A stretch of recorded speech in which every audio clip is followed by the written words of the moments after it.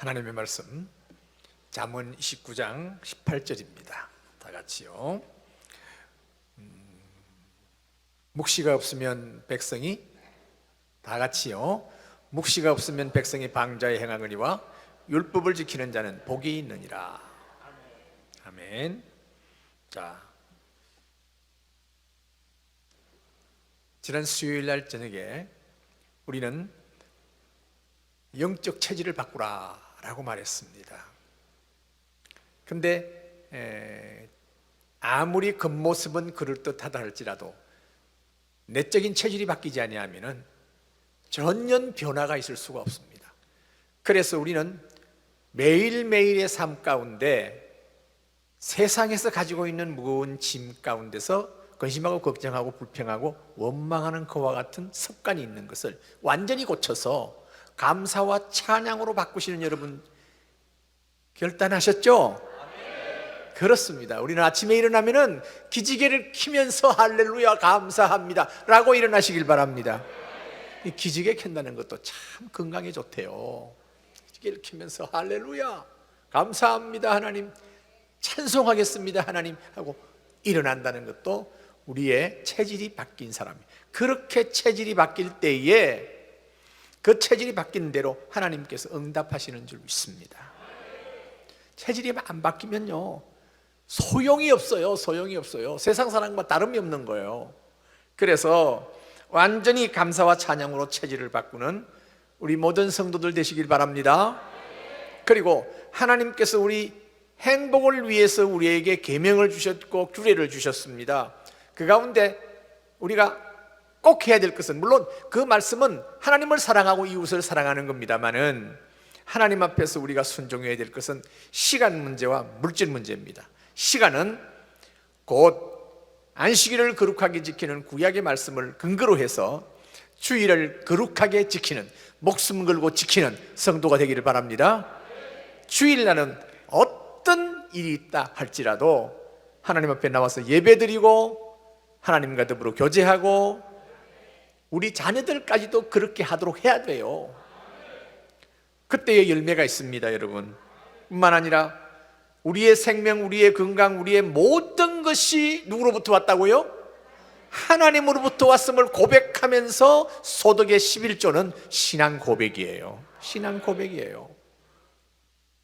제가 말씀 가운데 그렇게 말씀했는지 안 했는지 모르겠습니다만은 저는 11조는 선악과다라고 생각하고 있습니다. 그거 손댔다 하면 절단 나는 겁니다. 제가 평신도 때부터 그렇게 주님 만나고 난 뒤에 11조를 손댔다가 홀찌금이 난 게 한두 번이 아닙니다. 그때부터는 11조 이거는 선악과다, 이 손대면 이건 절단 난다. 따라 하십시다. 11조 손대면 절단 난다. 이것은 축복의 씨앗이지 그걸 내가 사용함으로 말미암아 이것은 하나님의 진노가 있고 말라기서에 보면은 저주를 받았다고 그랬어요. 성경에 보면은. 그러니까 우리는 하나님의 말씀을 그대로 지키면서 순종할 때에 하나님께서 그 11조를 통해서 여러분뿐만 아니고 여러분 자자손손이 하나님의 축복을 받을 줄 믿습니다. 그리고 오늘 낮에 오후 3시에 우리 목사님들 또 장로님들과 함께 소위 간담회를 했어요. 간담회를 했는데 여기에서 결정적인 것이 몇 가지를 결정했는가 하면은 지금까지 그저 하다 말다 했던 일들이 제자훈련이었습니다. 제가 많이 들어보니까 제자훈련은 해도 되고 안 해도 되고 아닙니다. 제자훈련은 하지 아니하면 주님의 명령을 거스리는 겁니다. 하늘과 땅의 모든 권세를 너희에게 준다고 하면서 모든 민족으로 제자를 삼아라고 명령하셨어요. 그런데 제자 훈련을 안 한다? 이것은요 아무리 방언을 하고 예언을 하고 여러분들이 성령 충만하다고 춤을 추면서 뛴다 할지라도 훈련이 안 돼 있으면 우리는 당장 나가서 전쟁하는 거예요. 어둠의 세력, 흑암의 세력이 온 세상을 진을치고 있습니다. 그 속에 우리는 나가서 빛이요 소금이요의 사명을 감당해야 될 책임이 있습니다. 그거는 영적 전투를 해야 되는 것입니다. 영적 전쟁을 하는데 훈련되지 않고 한다? 이거는 총알바지밖에 안 돼요. 군인이 제일 먼저 하는 게 뭡니까? 훈련입니다. 훈련. 특수부대는 특수훈련을 합니다. 우리는 특수훈련을 해서 세상에 나가서 직장생활, 세상살이 사는 데 있어서 수많은 죄악과 더불어 싸워야 되고 그 유혹을 이겨야 돼요. 안 그러면 사탄에게 밟힐 수밖에 없는 거예요. 얼마나 많은 그리스도인들이 하나님께 영광을 돌리지를 못하고 세상에서 뒹굴고 많은 범죄 가운데 있는 모습을 볼 때 너무나 안타까운 거예요. 훈련되지 않아서 제자훈련을 하기로 했습니다. 그래서 이분 3월 30일부터 4월 3일까지 5일 동안 저 사랑의 교회 안성 수양관에서 하는데 제가 지금 거기에다가 예약을 해놨습니다. 그 한 교회에서 5명 이상은 받지를 않습니다. 그리고 담임 목사가 반드시 가야 되고 담임 목사 안 가면 부목사 못 갑니다. 그런데 이분의 우리 장로님들 앞에서 우리 함께 김상길 목사님, 그 다음에 윤 목사님, 또 우리 여전사님, 또 부목사님 해가지고 딱 8명이 또 5명 이상은 받지 않아요. 그런데 특별히 제가 초창기부터 강사로 있었거든요. 옥 목사님하고 같은 1세대가 때문에 저한테 강의를 하나 줘요. 그래서 제자훈련 지도자 세미나에 강의 1시간 반드시 제가 합니다. 그래서 그 훈련은 이 대표한테 여차저차 하니 대전에 순복음교회, 여기는 목사님도 지금 룰에 의하면 나이도 많고 또 여러모로 지장이 있지만 특별 케이스로 그렇게 해주기로 했습니다. 여러분 기도하셔야 돼요. 이런 목사님과 더불어 교육자가 훈련받고 오는데 그 훈련 받는 동안에 교회 안에 다른 특별한 일이 없도록 그동안에 우리 장로님들이 이제 살필 것입니다. 살피면서 성도를 돌볼 것입니다. 어떤 일이 있어도 내려오지 말고 5일 동안 잘 훈련받아서 내려오셔서 그 다음에 제자 훈련을 할 때 여러분들 제자 훈련 들어오라고 하면은 아멘 하고 순종하기를 바랍니다. 그래서 지금부터 기도할 때마다 3월 30일부터 있는 제자 훈련 지도자 세미나에 우리 담임 목사님과 더불어 우리 교육자들이 갈 때에 하나님 함께 해 주시옵소서 꼭 기도하시길 바랍니다. 그리고 이제 5월 18일 19일에 이 전국적인 그런 컨퍼런스 목양사역 컨퍼런스가 있는데 여기에 대전 순복음교회에서 한다고요. 그러니까 여러분 꼭 기도해 주시고 장로님이 목사님과 똑같이 목양을 하게 되어 있습니다. 목양을 합니다. 아니 장로님들은 행정하는 거 아닙니까? 치리하는 거 아닙니까? 그런데요 성경에 보면은 목양이 최우선입니다. 장로님들이. 그리고 종교개혁자들이 회복시킨 것이 장로님들을 회복시켰어요. 그래서 제네바에서 칼빈이 목양하게 했습니다. 뿐만 아니라 지금 기아성 헌법에도 목양이 최우선입니다. 장로님이 목양하지 아니하면 장로가 아니에요. 그래서 이번에 사랑의 교회에서 컨퍼런스를 했고요. 그 전국적인 컨퍼런스를 대전 순복음교회에서 5월 18일, 19일 이틀 동안 합니다. 이걸 위해서도 여러분 기도해 주시길 바랍니다. 그래서 그 목양이라고 하는 것은 성도를 돌보는 거요. 단순한 겁니다. 교회에서 집에서 부모가 있지 않습니까? 아버지 어머니가 있듯이 교회 안에도 영적인 부모가 있습니다. 그 부모가 바로 목사와 장로입니다. 그래서 앞으로 이제 김상길 목사님께서 여러분들에게 구체적으로 시스템을 말씀드리고 또 기도해달라고 할 때 장로님이 기도해 주시고 장로님이 안수해 주시고 하는 모든 것이 성경적이에요. 성경적이에요. 저희 호산나 교회에서는 제가 부임해서 그 다음 해부터 제가 87년도에 부임했는데 88년부터 30년 전부터 우리 장로님들이 금요일날 저녁에는 예배 마치고 쫙 앞으로 서가지고 그 장로님들 성도들을 다 안수하는데 장로님들이 함께 했어요. 그리고 병원에 가서 기도하고 신방하고 이런 모든 것은 장로님과 함께 하는 거예요. 이게 성경적이에요. 그리고 종교개혁적이에요. 그리고 헌법에 그대로 있어요. 이런 면에서 여러분들이 최선을 다하시기를 바랍니다. 오늘 설교 말씀은 꿈을 품고 사는 하나님의 백성이라는 주제입니다. 꿈을 품고 사는 하나님의 백성. 이 꿈을 품어도 되고 안 품어도 되는 게 아니라 반드시 꿈을 품어야 돼요. 오늘 읽은 본문 잠언 19장 18절 묵시가 없으면 백성이 방자에 행하거니와 율법을 지키는 자는 복이 있느니라. 방자에 행한다는 말이 뭔 줄 아세요? 방자에 행한다. 망할 짓을 골라서 하는 것이 방자에 행하는 거예요. 어느 누가 망할 짓을 골라서 하는 사람이 어디 있어요? 그런데 세상 사람들은 망할 짓을 골라서 한다고요. 우리 예수 믿는 사람들은 절대로 방자에 행할 수 없고 율법을 지키면서 복을 받아야 되는 줄 믿습니다. 꿈과 믿음은 불가분의 관계가 있습니다. 꿈과 믿음을 뗄래야 뗄 수가 없습니다. 성경에 의인은 뭐로 산다고 그랬죠? 믿음으로 산다고 그랬죠. 바로 꿈으로 산다고 하는 것과 똑같습니다. 하나님의 꿈으로 사는 거예요. 그래서 믿음을 바라보고 기대하고 소망하고 살듯이 내가 가지고 있는 꿈을 기대하고 소망하고 바라보고 간단 말이에요. 산단 말이에요. 출애굽기에 등장하는 모세는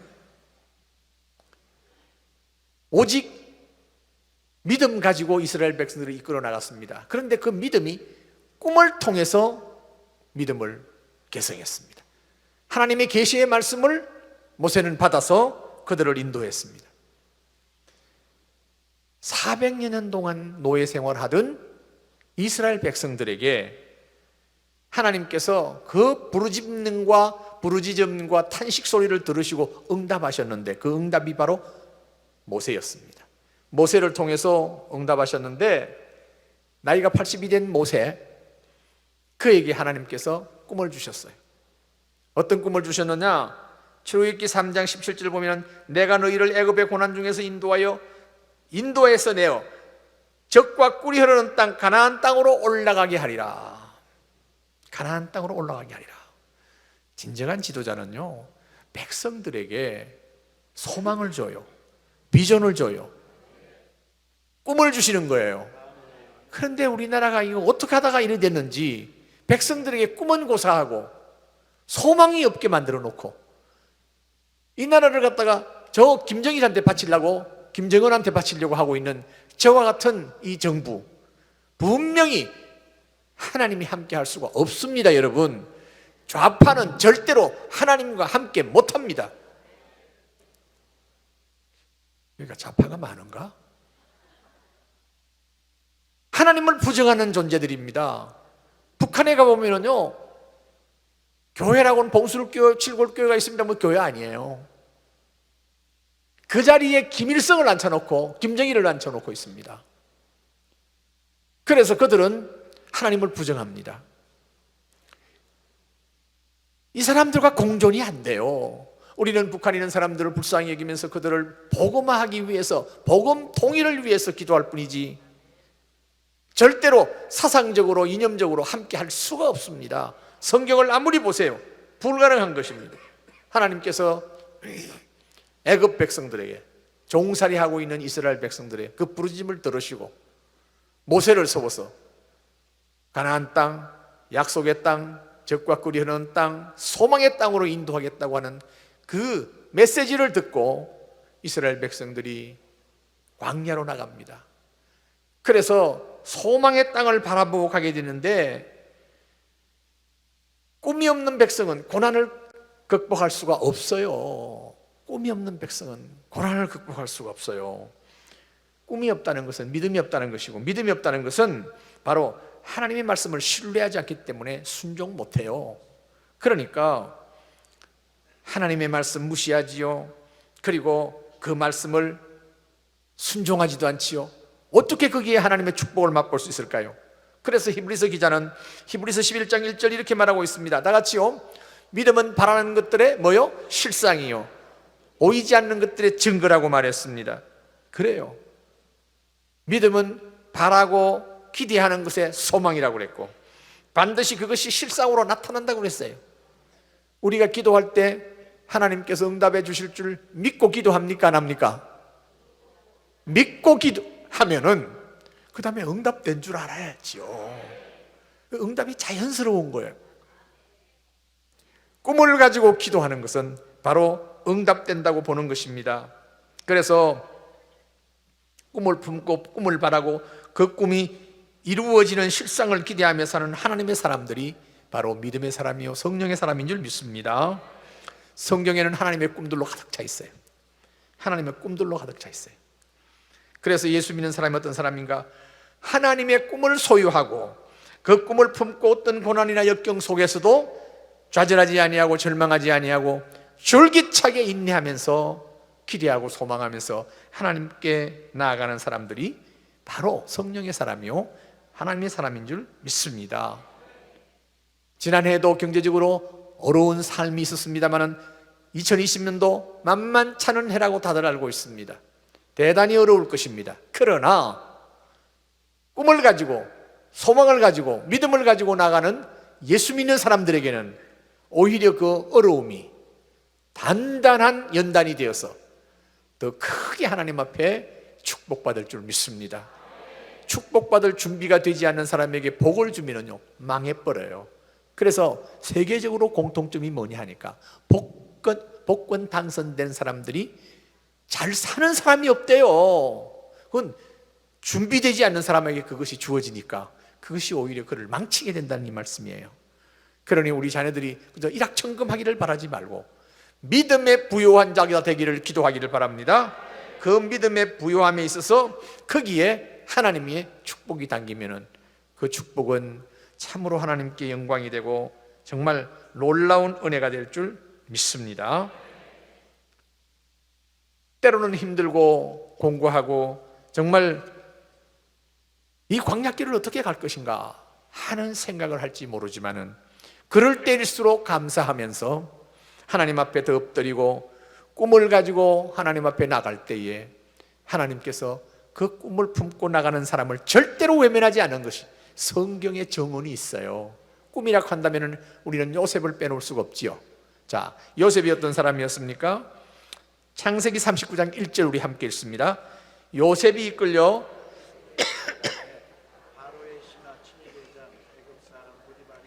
그를 거리로 데려간 이스마엘 사람의 손에서 요셉을 사니라.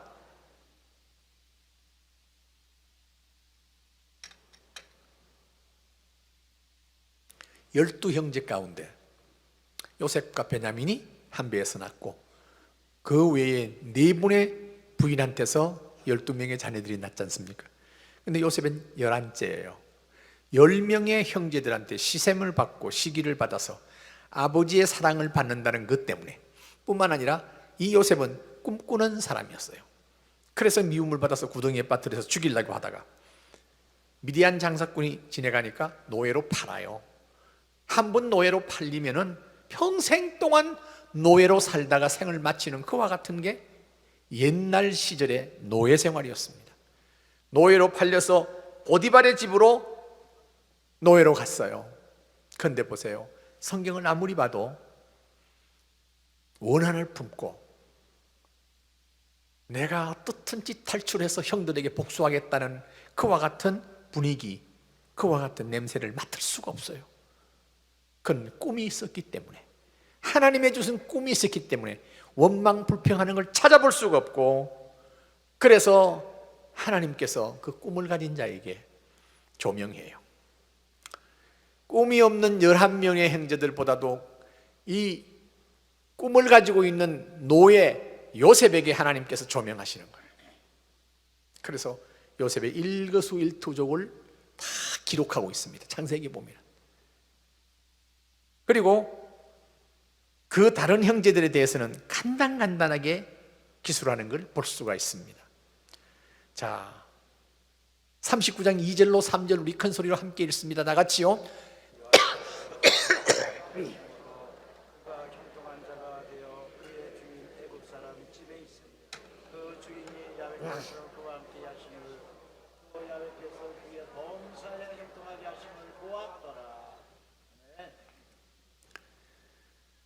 여호와께서 요셉과 함께 하실 수 있는 비결이 뭐였습니까? 여호와께서 하나님께서 요셉과 함께 할 수 있는 비결은 꿈을 가졌기 때문에, 오늘날도 하나님의 꿈을 품고 꿈을 가진 사람은 하나님께서 반드시 조명하시고 하나님과 함께 하게 돼 있어요. 이 본문 보세요. 여호와께서 요셉과 함께 하심으로 그가 형통한 자가 되어 그의 주인 애굽 사람의 집에 있으니, 형통한 사람이 되어 있어요. 그 주인이 여호와께서 그와 함께 하심을 보며, 보디발이 하나님 믿는 사람이요, 안 믿는 사람이요? 안 믿는 사람이에요. 그런데 또 여호와께서 그의 범사에 형통케 하심을 보았대요. 하나님을 모르는 사람이. 요셉의 하는 모든 것이 하나님이 함께 하심으로 형통한 자가 되고, 나중에 모든 것을 다 맡기잖아요. 지금 말하면 대통령 비서실장과 같은 높은 지위에 있는 사람이 보디발이에요. 그런데 보디발이 요셉을, 그 많은 노예 가운데 요셉을 가만히 보니까 이건 비범하거든. 아니, 다들 눈치 보고 일하는 것도 꾀파고 할 수만 있으면 쉽게 살려고 그러고 그렇게 하는데, 요셉은 그렇게 성실할 수가 없어요. 너무너무 충성스럽게 잘하는 거예요. 하나님이 함께 하시고. 그러니까 저 사람 뭔가 달라. 하나님께서 함께 하나 봐. 어떻게 하는 것마다 저렇게 형통하지? 여러분 이웃이, 여러분 자녀들을 놓고 주위에 있는 많은 이웃들 사람들이 하나님과 함께 하기 때문에 형통하다고 하는 소리를 듣는 여러분 되시길 바랍니다. 하나님 우리와 함께 하시면 우리는 형통한 사람이 되는 거예요. 그래서 하나님이 찾고 하나님이 기대하는 사람이 누군가? 꿈을 품은 사람, 하나님의 꿈을 품고 사는 사람이에요. 꿈이 없는 사람은 쉬운 말로 망한다고 성경은 기록하고 있습니다. 그런데 요셉은 나이 지금 17, 18세밖에 되지 않습니다. 여기 다 그보다 많으신 분들이 지금 계십니다마는 꿈을 갖느냐 못 갖느냐 나이하고 상관이 없습니다. 통계에 의하면 우리나라의 날마다 청소년들이 몇 명이 자살하느냐? 43명이 자살한대요. 그들이 왜 자살합니까? 제가 어릴 때는 그렇게 힘들고 살았습니다. 새끼 밥을 먹는다는 그 자체가 축복이었어요. 보리밥이 그렇게 싫었고, 저는 보리밥보다 더 싫은 것이 무밥이었어요. 지금은 그 건강식으로 뭐 보리밥이니 뭐 콩이니 무슨 잡곡 들어가 있습니다만 옛날에는 아니에요. 그렇게 어렵게 살아도 주위에 자살했다는 청소년들 들어보지를 못했어요. 왜 자살합니까? 우리 인간은 하나님의 형상으로 지음받았기 때문에 밥만 먹고 사는 게 아니에요. 꿈을 먹고 살아야 되고요, 희망을 먹고 살아야 되고요, 비전을 먹고 살아야 돼요. 그런데 밥만 먹으면 되는 거 아니냐? 꿈을 먹이고 비전을 먹이고 소망을 먹이면서 살아야 되는 그 아이들에게 밥만 먹으면 되지 않느냐? 무슨 말이 맞냐? 아니에요. 몰라서 그래요. 그러니까 그들은 꿈이 배고프고 소망이 배고프고 비전이 배고프고 그러다 보니까 삶을 던져버리고 자살하는 사람이 많다는 이야기예요. 어디서 꿈을 키울 수 있습니까? 교회밖에 없어요, 여러분. 교회. 그래서 교회를 사랑하고 교회를 축복하고 교회를 위해서 여러분들이 투자하고 기도해야 돼요. 그것은 바로 우리의 후손들을 위해서 그래야 될 줄 믿습니다. 그러니까 요셉이 지금 17, 18세 달과 해와 달과 11별이 꿈을 꾼 그런 게 아니에요. 우리는 나이를 초월해서 하나님이 주시는 꿈을 가지고 우리는 살아야 됩니다. 나이를 초월합니다. 저 나이가 지금 77이라고 그랬죠. 그런데도 저는 꿈을 품고 살아요. 꿈을 품고 살기 때문에 그 꿈은 절대로 늙어지지 않습니다. 우리의 그 사람을 후피하지만은 속은 날로 새롭다고 하는 것도 바로 꿈이 새롭고 꿈이 싱싱하다는 거예요. 언제나 그 꿈은 하나님의 응답을 기다리고 있다는 이야기인 것입니다.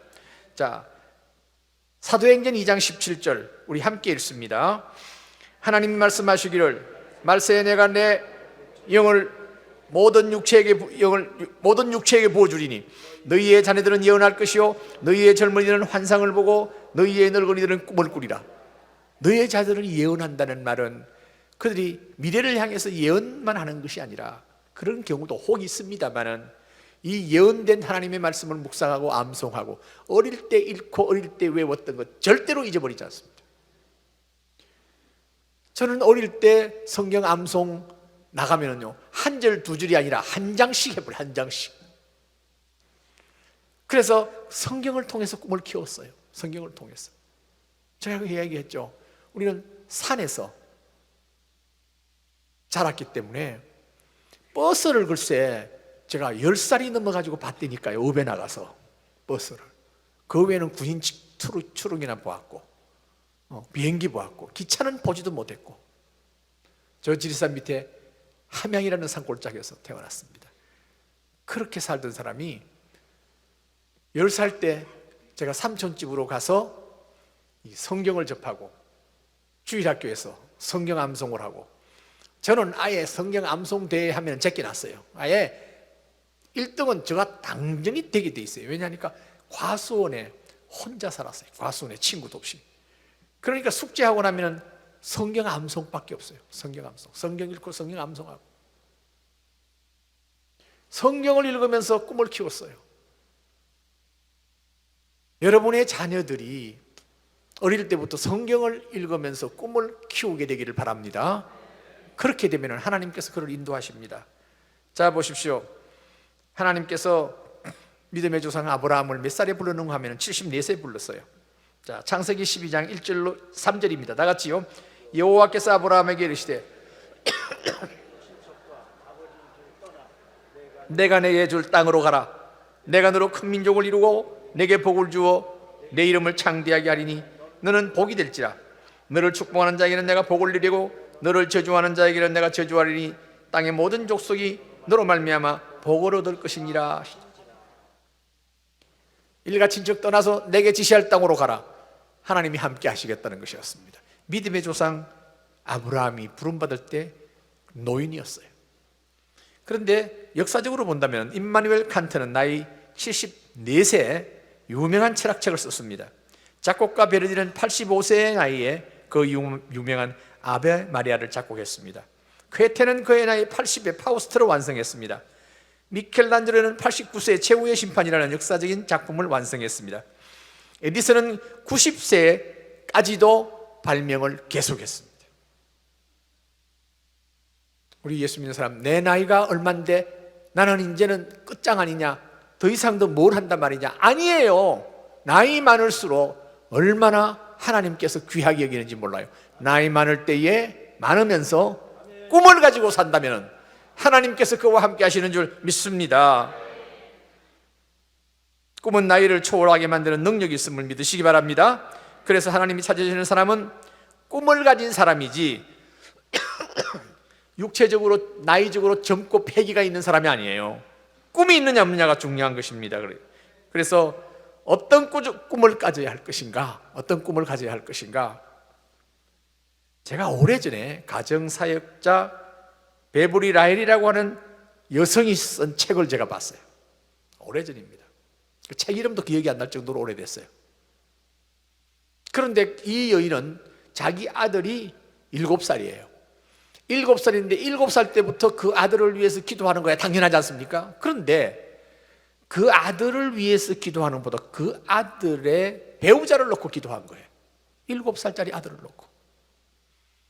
그래서 제가 굉장히 감동받은 것이, 야, 서양의 기독교의 역사가 오래된 그와 같은 나라에서는 이런 성숙한 여인이 있구나. 그래서 자기 아들을 누구보다도 잘하는 엄마는 자기 아들의 배우자는 이런 기질이었으면 좋겠고, 이런 성품이었으면 좋겠고, 이런 은사가 있으면 좋겠고, 이렇게 하면 서로 조화가 될 것이다 하고는 10몇 가지를 놓고 끊임없이 기도한 거예요. 7살 때부터.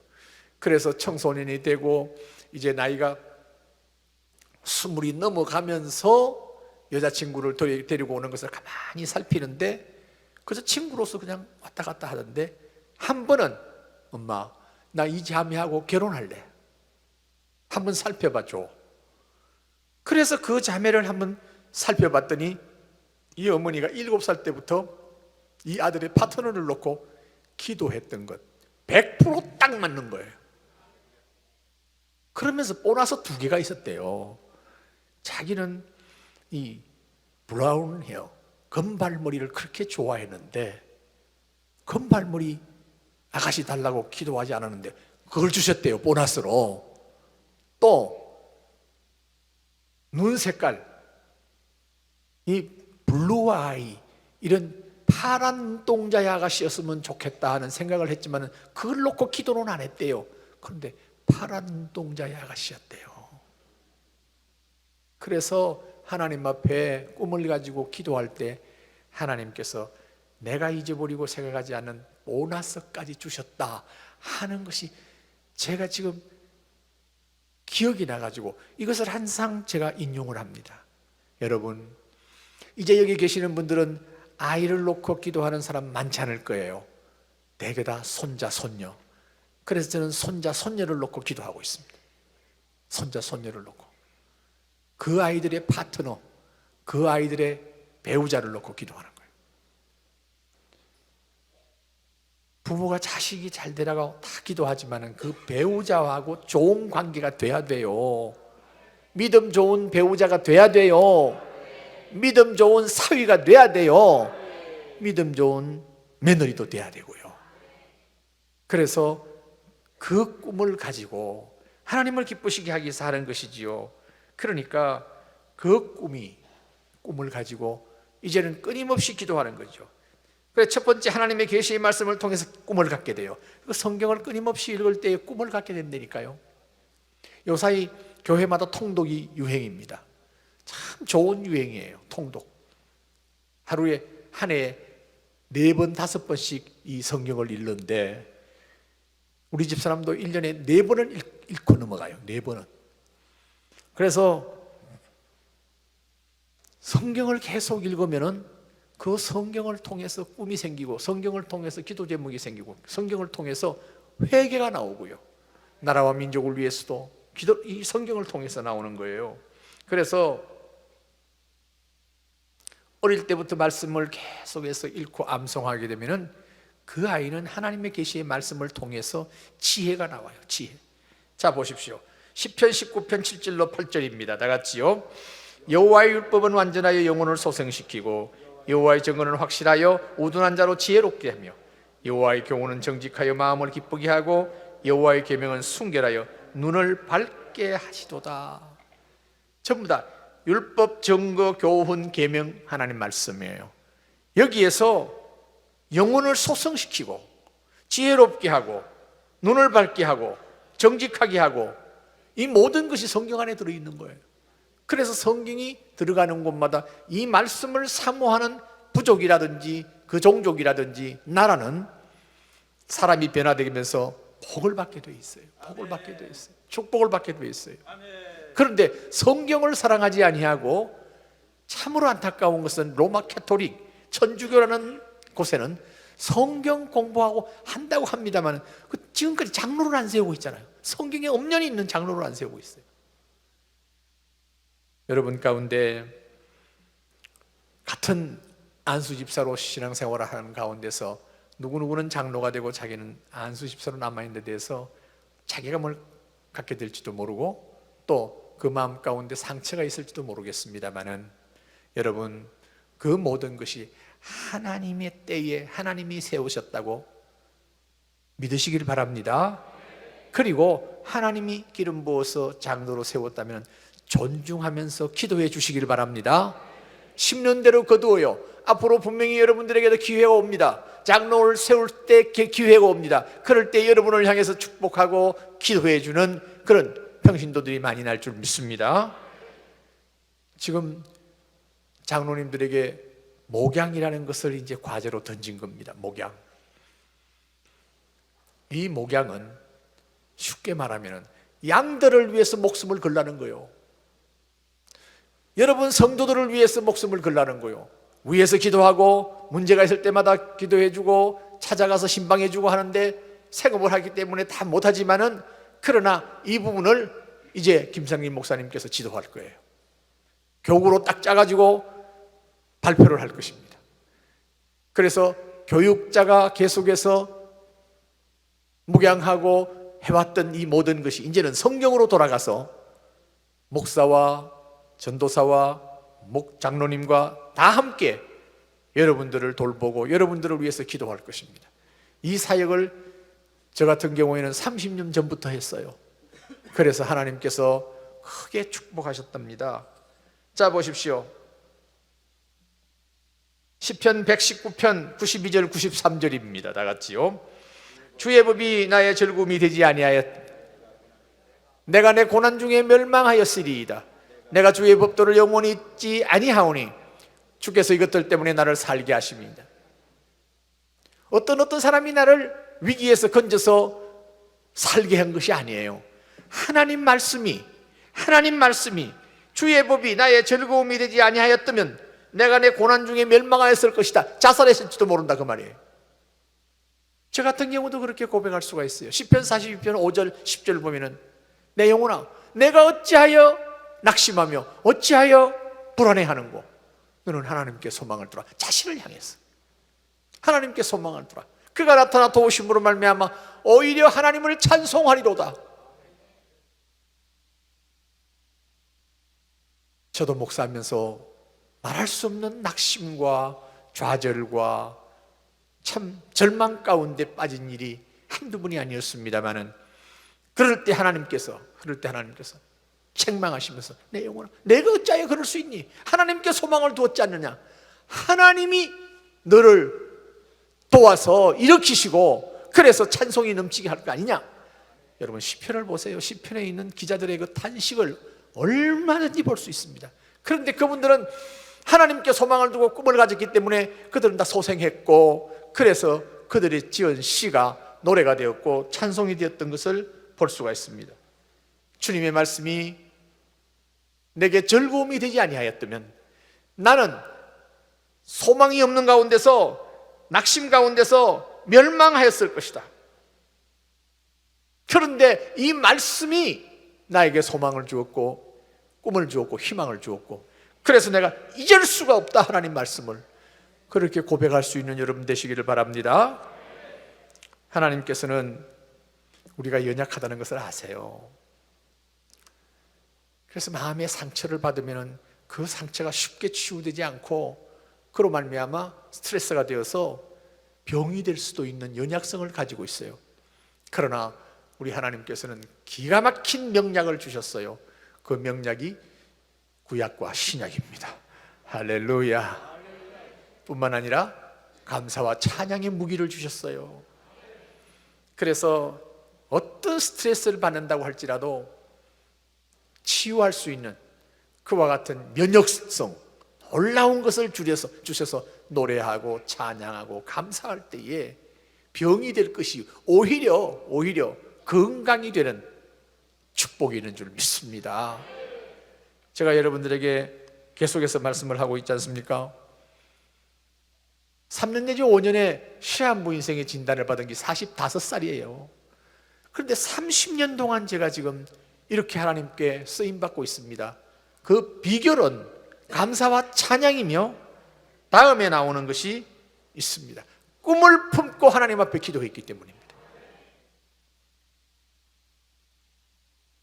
하나님 앞에 귀히 쓰임받은 역사의 인물들은 기도하는 사람들이었어요. 기도하는 사람. 꿈이란 그저 내가 이런 거 품고 있으면 되느냐? 아니에요. 그 꿈을 이루어 주실 분이 누구예요? 누가 이루어져요? 하나님이시죠.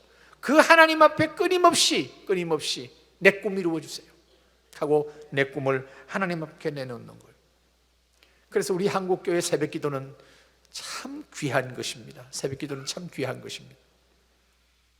새벽기도는 어떤 면에서 전쟁이에요. 기도는 전쟁이에요. 왜?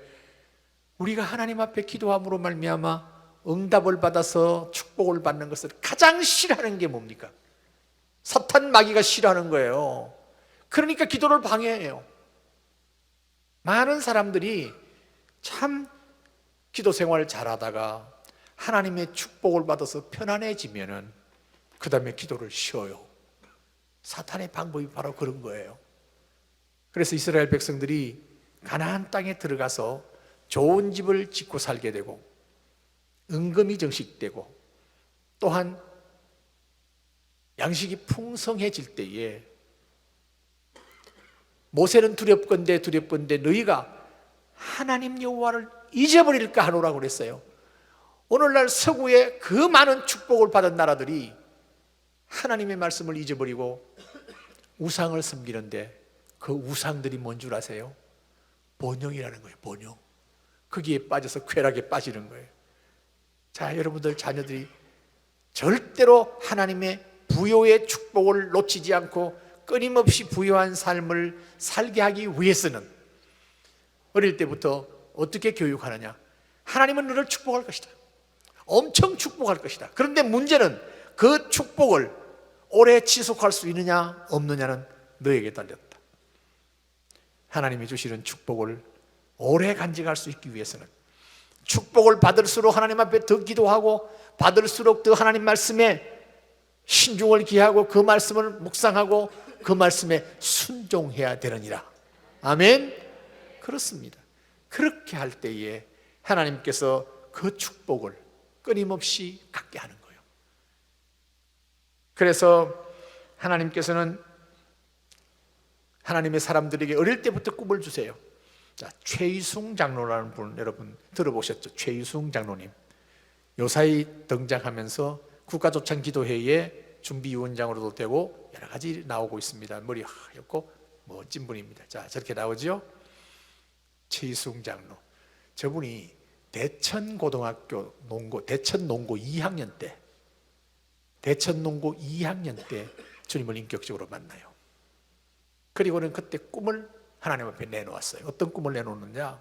하나님, 나에게 박사학위를 따게 해서 대학 강당에서 강의할 수 있게 해 주옵소서. 농고생이 저보다 2살 많아요. 저희 시대에 지금 70대 후반, 80대 초반에 있는 사람들이 농고라고 그러면은 별 볼 일 없었어요. 그것도 대천에, 저 농촌에, 어촌에, 그게 대천농고 2학년 때 꿈을 가졌는데 박사학위를 해달라고 기도했어요. 그리고 큰 회사를 경영할 수 있게 해달라고. 농고생이 무슨 큰 회사를 경영합니까? 해달라고. 그리고는 교회를 100개를 개척하겠다고 하나님 앞에 내놓은 거예요.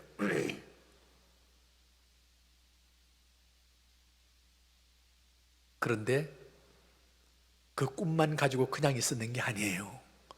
새벽마다 꿈을 하나님 앞에 내어놓고 기도한 거예요.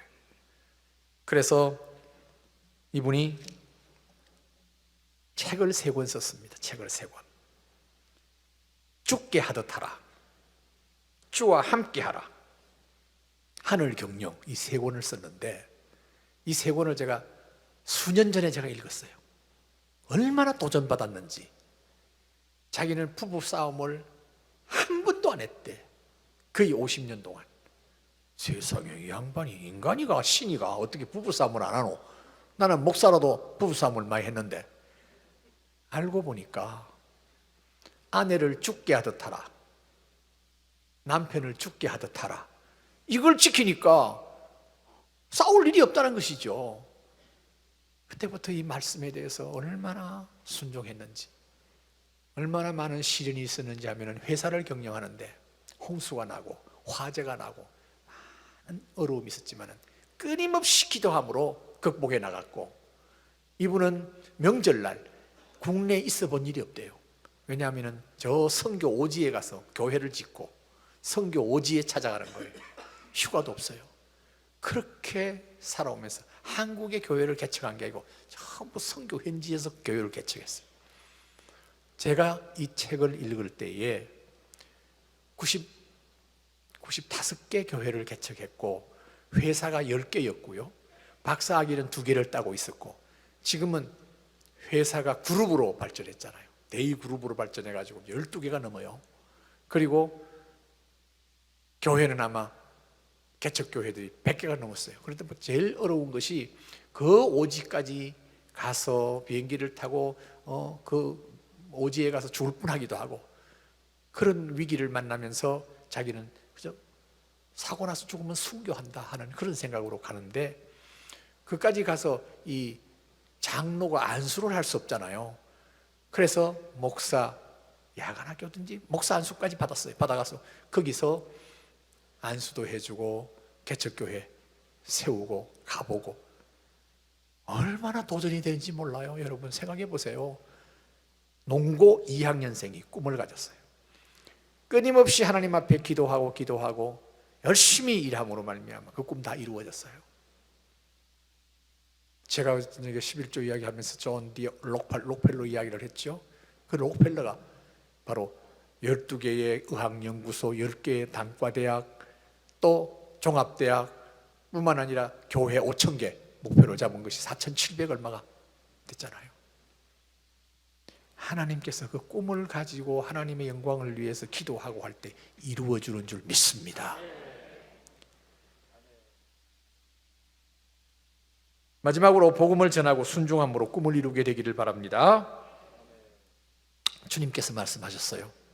너희는 먼저 그의 나라와 그 의를 구하라. 그리하면 이 모든 것을 너희에게 더하시리라.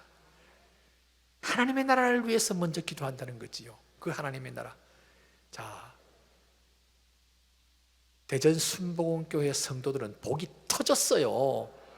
교회를 위해서 기도할 제목이 많지 않습니까, 여러분? 교회를 위해서 기도할 때 하나님께서 얼마나 기뻐하실까요? 여기에 물질도 내면서 기도하는 거예요. 이것은 나 당대뿐만 아니라 우리 후손까지도 하나님께서 축복하게 돼 있어요. 그러니 교회의 기도 제목이 여러분들에게 주어진다는 거, 이 얼마나 축복인지, 여기에 또한 투자할 수 있다는 게 얼마나 축복인지. 그래서 저희 오늘 우리 교회 한번 잠시 낮에 보였던 거 볼 수 있나요? 영상으로 볼 수 있나요? 예? 왜? 그 PPT 줬잖아요.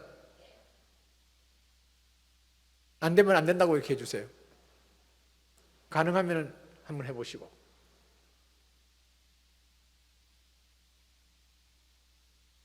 우리는 끊임없이 제가 들어가서 끊임없이 땅 사고 교육관 짓고 또 이전해서 또 교회 짓고 계속해서 해왔는데 사람들이 줄지 않았어요. 왜냐하니까 불가능하대요. 된대.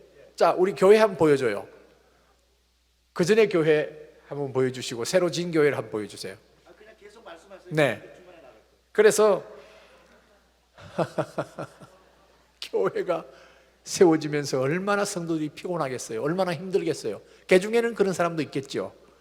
그러나 성도들이 400명 모이는 교회에서 제가 24년 동안 목회하는 동안에 10,000명으로 출석을 말하는 거예요. 제적이 아니에요. 10,000명으로 늘었어요.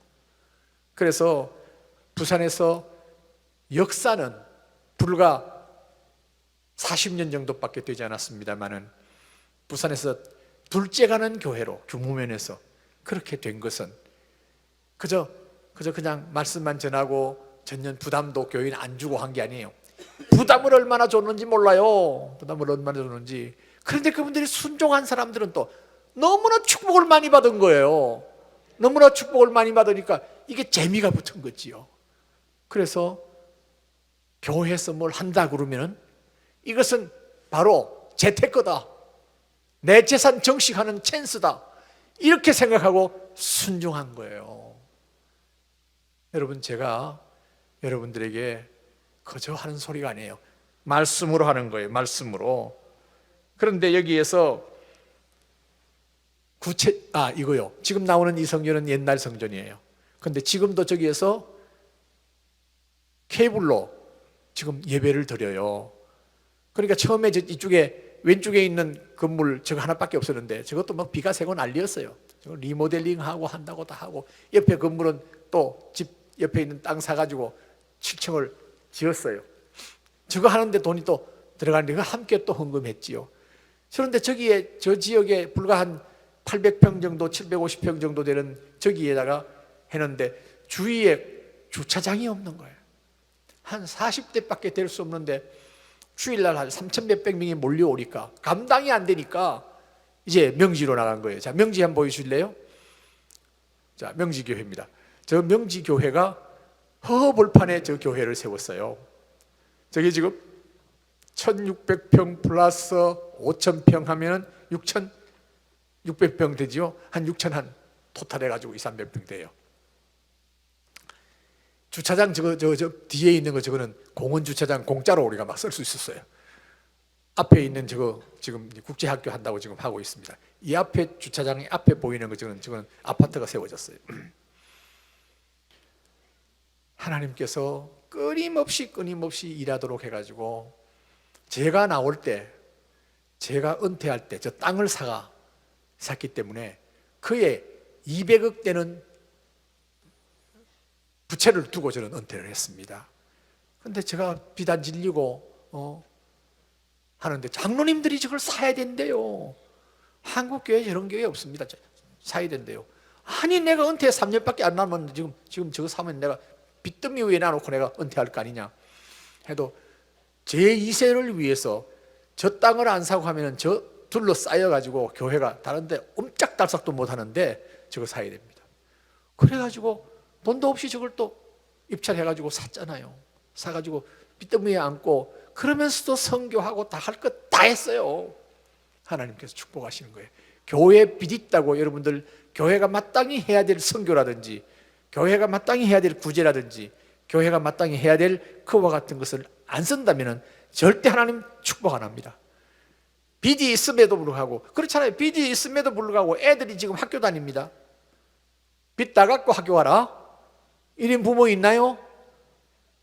학교는 보내야 되고 공부는 해야 되고 하는 거죠. 자녀를 위해서 꼭 같습니다. 그렇게 해서 했는데 하나님께서 은혜 주셨어요. 그 중에서 우리가 이런 것도 하는 것입니다만 하나님이 기뻐하시는 복음을 전하는 일 아주 중요합니다. 데살로니가 전서 2장 19절 20절 우리 함께 읽습니다. 우리의 소망이나 기쁨이나 자랑의 면류관이 무엇이냐? 그가 강림하실 때 우리 주 예수 앞에 너희가 아니냐? 너희는 우리의 영광이요 기쁨이니라. 바울이 자기 전도한 사람의 대상 그 새신자를 놓고 면류관이래. 너희들은 나의 면류관이고 기쁨이라는 거예요. 여러분, 올해 이제 1월 달이죠. 올해부터 올해 말까지 여러분들 전도는 그저 말로만 하다가 끝내는 게 아닙니다. 기도해야 됩니다. 적어도 10사람을 대상을 노트에 적어요. 이웃사람, 직장 동료, 그 다음에 가까운 친구들, 이래서 시장에서 만나는 사람들 이름을 10명은 적어도 적고 기도할 수 있어야 됩니다. 여러분 할 수 있겠어요? 10사람을 데리고 와서 전도하라고 하는 게 아니라 1차적으로 10사람을 놓고 기도하자는 말이에요. 못하겠다는 분 손 한번 들어보세요. 아무도 없죠? 다 일어나세요. 전부 다 일어나세요. 환우가 돼가지고 일어나기 못하는 분들은 그대로 있습니다만 다 일어나세요. 자, 여러분들은 2020년 올해부터 말까지 10사람을 놓고 끊임없이 꾸준히 매일 기도할 때마다 기도하겠다고 약속했습니다. 아멘? 약속했습니다. 이것은 하나님이 보시고 제가 여러분들 앞에서 씁니다. 기도하겠습니다. 오 하나님 아버지, 오늘 12강조리 집회 신년 집회에 10번째 시간에 나온 우리 성도들이 지금 이렇게 대성전에 모여서 말씀을 듣고 있습니다. 하나님 아버지, 그 가운데 하나님이 기뻐하시는 복음을 전하겠다고 하는 그 뜻을 가지고 이제 하나님 앞에 먼저 이름을 10사람 이상 써놓고 매일매일 기도하겠다고 결단했습니다. 하나님, 이 결단 받으시고 거기도 응답해 주시기를 원합니다. 분명히 하나님께서 전도의 문을 열고 인도해 주실 줄 믿습니다. 우리는 하나님 앞에 순종하지만 열매를 맺게 하시는 이는 하나님인 줄 믿습니다. 성령인 줄 믿습니다. 그래서 그 기도가 응답되어서 우리 성도들 적어도 10사람 이상은 연말까지 예수 믿고 나올 수 있는 놀라운 축복을 경험하게 해 주시옵소서. 예수 그리스도 이름으로 기도하옵나이다. 아멘. 그 자리에 앉으세요. 그 자리에 앉으세요. 제가요, 한 번은요, 친구가 서울에서 연락이 왔어요. 최 목사, 우리 지금 당신 만나러 가려고 그래. 아니, 지금 오는 거야? 내일까지 온대. 내일은 내가 지금 부곡에 금식 수양에 들어가. 거기에서 강의해야 돼. 부산으로 오지 말고 부곡으로 오라. 그래서 부곡으로 왔어요. 거기서 제가 강의하고는 그 온천탕에 들어가서 친구들하고 넷이서 만나가지고 이 목사, 최 목사, 김 목사, 박 목사하고 이렇게 이제 교제를 하는 거예요. 근데 옆에 보니까 머리 빡빡 깎은 젊은이가 한 탕에 들어 앉은 거예요. 두 종류가 있습니다. 머리 빡빡 깎은 사람은 조포가리면 중이에요. 그런데 이 사람은 가만히 보니까 문신도 없고 눈꼬리도 매섭지도 않고 아주 순하게 보여요. 제가 보기에는 중이에요. 그런데 뜬금없이 나한테 아무 말도 없이 있다가 목사님이시죠? 하는 거예요. 제보고. 아니, 서로 이 목사, 김 목사, 최 목사 하고 있으니까 목사, 그렇소이다 했더니 또 묻지도 않는데 우리 형님도 집사고 자기 동생도 집사래. 그런데 당신은 인연 따라서 중이 됐대. 말은 안 했습니다만 제 속으로 무슨 말라 비틀어진 인연이냐, 너는 탕자다, 이런 생각 가지고 이제 이 친구한테 시선을 두고는, 여보시오 젊은이, 당신 형님과 당신 동생이 당신을 위해서 얼마나 기도하겠소? 어떻게 하다가 그래서 선임이 됐소이까? 선임이 예수 믿고 목사 된 사람이 한둘이 아니외다. 그러면서 계속해서 돌아오시오. 돌아오는 것은 예수 믿으러 돌아오라 이 말이요. 말로 할 때 돌아올래요? 얻어맞고 돌아올래요? 우리 하나님은 사랑이시기 때문에 기다리다가 끝까지 불순종하면, 매를 들게 되면 이 보통 매수운 매가 아니요. 그러니까 일어나서 나가더라고요. 일어나서 나간다고 그냥 둡니까? 따라 나갔죠. 뭐 따라 나가면서 내가 지금 말이지 목사로 이렇게 하면서 막 동남아시아 다녀보니까 그 참 이모작 삼모작 하는 그런 기후, 좋은 기후를 가지고 있는 나라에 그렇게 고생하면서 못 사는데 보니까 가게도 우상, 집안에도 우상. 무슨 말인지 알겠어? 우상을 가장 싫어하는 거예요. 불교는 우상이요. 그러면서 계속 내가 이야기했어요. 자, 이 탕 안에 목사가 넷이 있었는데 이런 탕 안에서 모욕한 일이 없대. 이것도 인연이요. 하나님께서 특별히 형제를 사랑해서 지금 이 목사들 속에 당신을 두고 나는 지금 따라 나와서까지 좀 이러고 있지 않소. 그러니까 샤워를 하는 둥 마는 둥 하다가 나가더라고요. 그래서 명심하시오. 당신 꿈에라도 내가 나타나서 얻어맞고 올래요? 말로 할 때 올래 할 거요. 제가 그걸 기대한 거지요. 거기서 제가 전폭을 할 수 있겠어? 거기서 무슨 결신을 할 수 있겠어? 꿈속에라도 내가 나타나서 말로 할 때 올래? 얻어맞고 올래? 이러면 그러다가 이제 나오지 않겠느냐 하는 생각을 했습니다. 한 번은 제가 70도 되기 전이었습니다. 지하 주차장에 차를 대놓고 이제 예배 타려고 하는데, 엘리베이터 타기 전에 이거 먼저 문이 열리고 그 다음에 엘리베이터를 타고 올라가지 않습니까? 안 돼요. 내 칩을 가지고 갖다 대니까. 그러니까 거의 한 10년 가까이 됐네요. 내가 60대 후반이 되니까. 근데 젊은 사람이 애 둘을 데리고 들어가더라고요. 애들 데리고 들어갔는데 따라 들어갔어요. 따라 들어갔더니 그 부인이 목사님 안녕하세요 하고 인사하더라고요. 그래서 호산나 교인이요 하니까 아니래. 어느 교인이요 하니까 교회 안 다닌대. 그럼 저를 어떻게 하려고 하니까 방송에서 보고 어쩌고. 그래요. 9층을 딱 누르더라고요. 9층에 1호가 있고 2호가 있어요. 1호요 2호요 하니까 1호래. 그래서 나는 13층입니다 하고 올라가서 이분들이 내려 올라가서 갖다 대니까 안 돼. 그래서 아파트에 내려와서 보니까 제 사택은 120동인데 119동에서 왔다 갔다 한 거야. 세상에 내가 지금 70도 안 돼가지고, 그러니까 60대 후반에 70도 안 돼가지고 내 집도 못 찾아 들어가는 멍청이가 됐구나 하는 생각이 들 때가, 아차, 하나님께서 나를 이렇게 만든 것은 목적이 있다. 저 901호. 그래서 제가 사무실에서 PC를 쳐가지고 이 119동에 보니까 호산나 교회 4가정이 있는데 그 가정에서 30대 후반 정도 40대 초반 되는 집사님이 있어서 301호더라고요. 그게 301호 제가 전화를 했어요. 그러니까 아이고 원로 목사님 웬일이냐고 반갑다고. 지금 그런 이야기 할 때는 나중에 하고 여차저차 하고 해가지고 오늘 만나서 이런 사람이다. 901호 안약하니까 모른대. 901호 우리 공약해서 공유해서 공약하자. 그래서 그때가 7월 초였어요.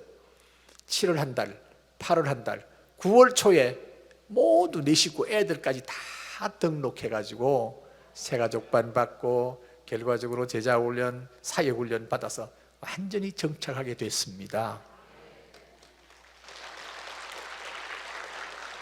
주님이 말씀하셨어요. 때를 얻든지 못 얻든지 복음을 전가하라고요.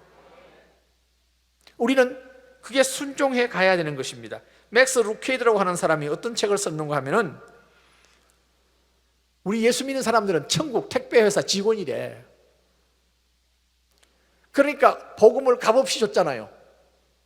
공짜로 줬잖아요. 우리가 공로가 있어서 받은 거 아니지 않습니까? 그런데 그 복음을 받았다고 한다면 그것을 나누라는 거예요. 전달하라는 거예요. 택배회사 직원이 그 상품을 고객한테 전달하지 아니하면 형사처벌 받지요. 성경도 그러고 말하고 있습니다. 고린도전서 9장 16절입니다. 다 같이요. 내가 복음을 전할지라도 자랑할 것이 없으면 자, 영상이 안 나오네. 고린도전서 9장 16절 다 알지요. 내가 복음을 전할지라도 자랑할 것이 없으면 내가 부득불할 일임이라. 만일 복음을 전하지 아니하면 내게 화가 있을 것이미로다. 화가 미친대요. 복음 전하지 아니하면. 복음 전해도 되고 안 전해도 되는 게 아니잖아요. 왜 예수 믿고 신앙생활을 하는데 왜 어려운 일을 당합니까? 전도하지 않았는지도 몰라요. 전도는 우리 일생 동안 우리가 호흡 있는 동안 찬양하듯이 끊임없이 전도해야 돼요. 저는 지금 이 나이에 은퇴하고 있으면서도 때를 얻든지 뭘 얻든지 전도해요. 그래서 이른 아침에 이제 KTX 타기 위해서 택시를 타지 않습니까? 택시 기사는 제 밥이요. 보통 보니까 60대 후반, 70대 초반이더라고요. 기사님 수고 많습니다. 이른 아침에. 제 올해 나이가 얼만데 기사님 올해 연세가 어떻게 되고 거의 내보다 나이가 어려요. 부산에서는 참 좋은 게 호산나 교회 압니까? 알지요. 큰 교회지요. 거기 내가 24년 동안 목회하다가 은퇴해서 원로 목사 올시다. 그래요? 그래요. 제가 무슨 말 할 수 있겠습니까? 기사님 예수 믿습니까? 그때부터 시간 짧으니까 아주 간략하게 예수 믿어야 될 이유, 내일 일을 모르잖아요. 예수 믿어야 될 이유, 그리고는 예수 믿으라고. 친구 중에 예수 믿는 사람 있느냐 하면 있다는 사람한테 그 친구한테 하라고. 그래서 꼭 전도해요. 그러고 난 뒤에 그를 위해서 기도합니다. 하나님께서 전도하는 저를 너무나 기뻐하시고, 그래서 지금까지 70대 후반까지 지금 이런 건강을 가지고 살 수 있도록 하나님 은혜 주신 거예요. 저를 불러가는 것이 하나님 나라의 유익일까? 살려두는 것이 유익일까? 전도 안 하면은 무슨 유익이 되겠어요? 때를 얻든지 못 얻든지 전도하는 입장이니까 지상에 두면서 고생시키는 게 낫겠다 싶어서 지금까지 하고 있는 거예요. 머리가 희끗희끗하면 얼마나 좋겠어요. 머리가 좀 세주기를 바라는데 머리가 좀 빠지고 있습니다만은, 그러나 하나님께서 이 정도 빠지는 거 감사하지요. 감사하지요. 그래서 끊임없이 전도하는 것이 저에게는 즐거움입니다. 여러분, 꿈을 품고 소망을 갖는 사람은 대가를 지불해야 합니다. 피곤해요. 힘들어요. 그러나 힘들지 않고 오히려 이것이 축복입니다. 요셉이 꿈을 품고 정말 열심히 보디발의 집에서 노예 생활을 했습니다마는 결과적으로 어떤 일을 당합니까? 보디발 아내의 유혹을 뿌리쳤는데도 감옥에 들어가잖아요. 그런데 감옥에 들어가는 것이 축복이에요. 그 옥사장들이 꿈을 꾸고 그걸 해몽을 했고, 나중에 때가 참에 왕이 꿈을 꾸는데 도저히 알 수가 없다는 거지요. 그런데 그 간수장이 자기 꿈을 해몽해서 풀려난 것을 기억하고는 요셉을 소개한 거예요. 요셉이 바로의 꿈을 해석함으로 말미암아 국무총리가 됐잖아요.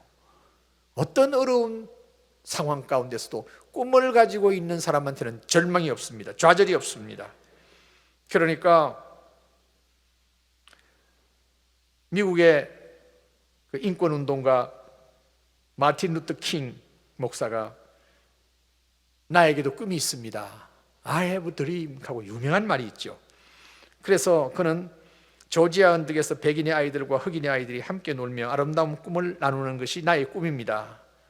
이렇게 꿈을 가진 사람, 그 꿈 언젠가는 이루어진다고 보는 거지요. 그래서 여러분들이 가정에 자녀들 뿐만 아니라 손자, 손녀들을 놓고, 그리고 무엇보다도 이 나라 이 민족을 위해서, 또 이 대전 순복음교회를 위해서 기도할 때에 하나님께서 그 기도 응답하시고, 여러분의 기도를 응답하시고, 하나님께서 여러분을 통해서 영광 받으실 줄 믿습니다. 요한복음 14장 13절로 14절 우리 함께 읽습니다. 너희가 내 이름으로 무엇을 구하든지 내가 행하리니 이는 아버지로 하여금 아들로 말미암아 영광을 받으시게 하려고 내 이름으로 무엇이든지 내게 구하면 내가 행하리라 말씀하셨어요. 주님의 이름으로 기도할 때에 응답받는 줄 믿습니까?